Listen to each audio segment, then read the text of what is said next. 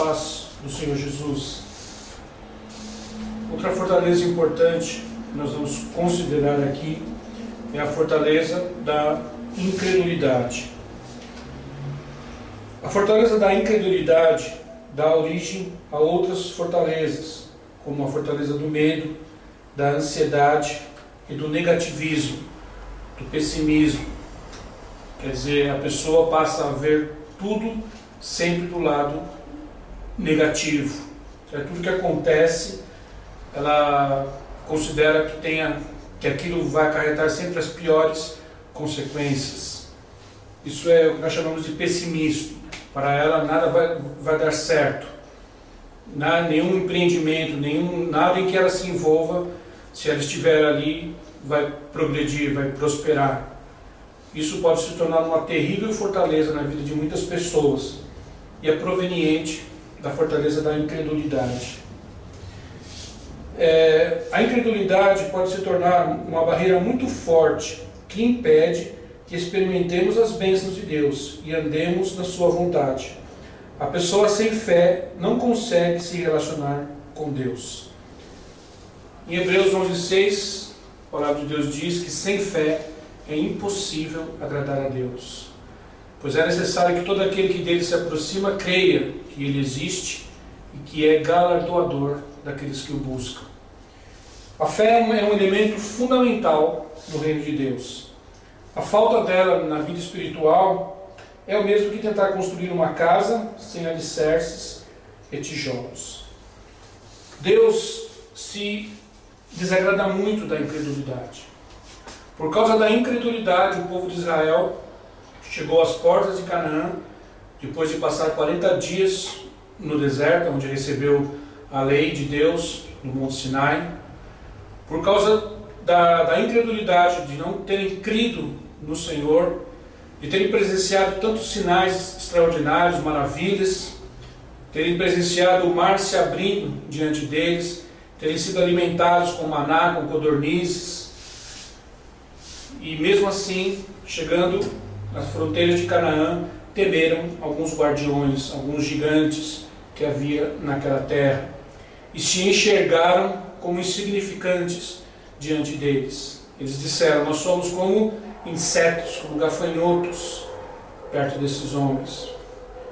E começaram a desagradar a Deus, a murmurar contra Deus, a murmurar contra Moisés, e tentaram voltar ao Egito, voltar à escravidão. E ali o Senhor o julgou severamente e o sentenciou a passar 40 anos no deserto. Um tempo que era para ter sido de 40 dias se transformou em 40 anos, porque o Senhor disse que apenas os de 20 anos para baixo herdariam a promessa feita a Abraão, Isaque e Jacó. O que é isso? Fruto da incredulidade. A incredulidade faz com que nós retrocedamos e não herdamos as promessas de Deus. Não faz com que nós não usufruamos, com que nós não concretizamos o sonho de Deus em nossas vidas. Então ela é um mal terrível, uma fortaleza terrível que deve ser combatida com rigor. Nós temos que orar a Deus e pedir a Deus, fazer como os discípulos fizeram: Senhor, acrescenta-nos a fé, não nos deixe entrar num estado de incredulidade, de apatia, de carnalidade, porque a fé é um elemento espiritual fundamental. E o Senhor Jesus também enfrentou essa fortaleza terrível na sua cidade natal, Nazaré. A palavra de Deus diz que ele não pôde ali operar sinais extraordinários, maravilhas, apenas impor as mãos sobre alguns poucos enfermos, porque havia uma grande incredulidade que arrancou do Senhor a expressão: o profeta não tem honra a não ser na sua pátria, a não ser no meio dos seus parentes, no meio da sua família. Então o Senhor Jesus, mesmo sendo Ele o Messias, mesmo sendo Ele o Filho de Deus, não pôde ali realizar sinais, maravilhas, como Ele fazia nas outras cidades, por causa da terrível fortaleza de incredulidade que havia entre os seus concidadãos, os seus parentes, os seus familiares, as pessoas com quem ele tinha crescido. Na verdade, até os seus próprios irmãos, segundo a carne, não acreditavam nele, não criam nele. É o que nós vemos ali no Evangelho de João. Seus próprios irmãos não acreditavam que ele era o Messias. Então a incredulidade é uma fortaleza terrível, meu irmão, minha irmã, que desagrada muito o Senhor e impede que nós recebamos as bênçãos de Deus, que a palavra de Deus se cumpra em nós, que as promessas de Deus se concretizem em nossas vidas.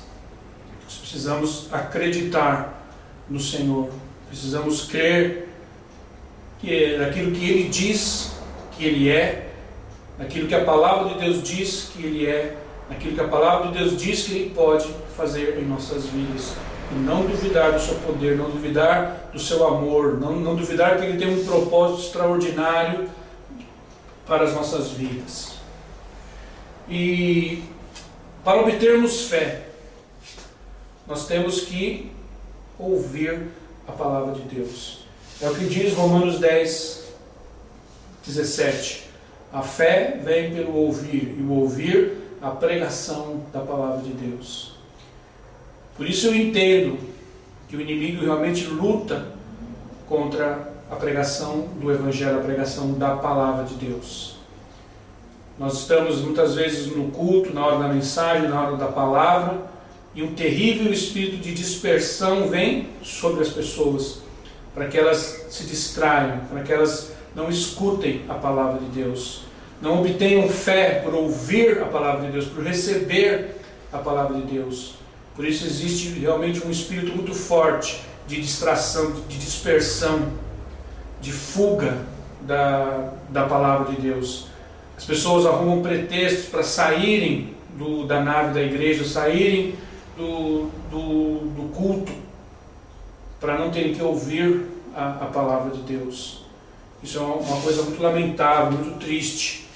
E essa ação, essa operação, ela vem do diabo, ela vem dos demônios, porque eles não querem que as pessoas escutem a palavra de Deus. Eles não querem que as pessoas conheçam a palavra de Deus, estudem a palavra de Deus, examinem as Escrituras, porque é da palavra de Deus que vem a vida, que vem a fé, aquela fé que remove montanhas, aquela fé que despedaça muralhas, que faz o mar se abrir diante de nós, que torna aquilo que é impossível completamente, perfeitamente possível. A fé que vem pelo ouvir a pregação da palavra de Deus. Por isso, meu irmão, minha irmã, não fuja da palavra de Deus. Entre na palavra, escute a palavra. Quem tem ouvidos, ouça o que o Espírito Santo está dizendo à igreja, o que ele está dizendo pela revelação das Escrituras, pela revelação da palavra de Deus, para que você obtenha a fé salvadora, para que você obtenha a fé que vai fazer você andar por cima das águas, andar por sobre o mar e fazer com que o mar muitas vezes se abra diante de você. Muito obrigado. Paz do Senhor Jesus.